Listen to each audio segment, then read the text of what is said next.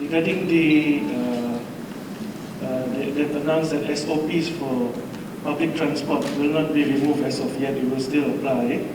How long do you think we have to continue with this SOP, and what would be the indicators that we can relax this view?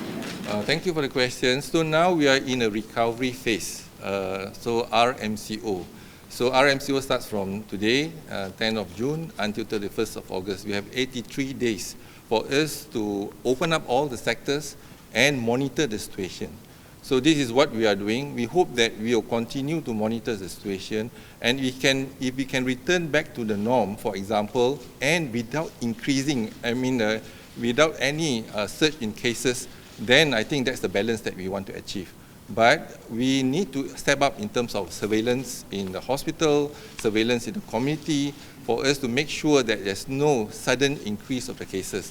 Although we have opened up the sectors, economic sectors, social sectors, education sectors, but slowly and make sure that we continue to monitor. The monitoring is very important here.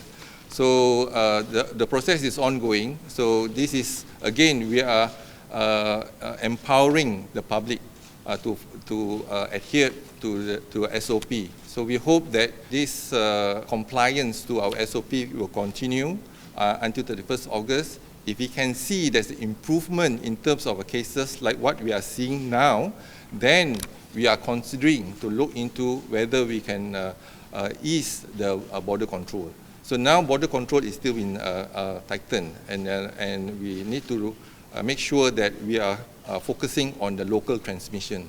So it seems that the local transmission is well controlled now. So if it's well controlled and all sectors back to normal, then the next is we have to focus on the international border control. So whether we can actually look into certain countries, for example, the green bubble countries, and have a SOP, reciprocal agreement between the two countries, and then we can implement. Likewise, between two green zones, between two states, for example. This is something that we need to evaluate and monitor closely from time to time. What countries do you have in mind? We will look into the global COVID index, that's one. And second is our neighbours. Perhaps we can start in discussing with our neighbours, Singapore, Brunei, Thailand.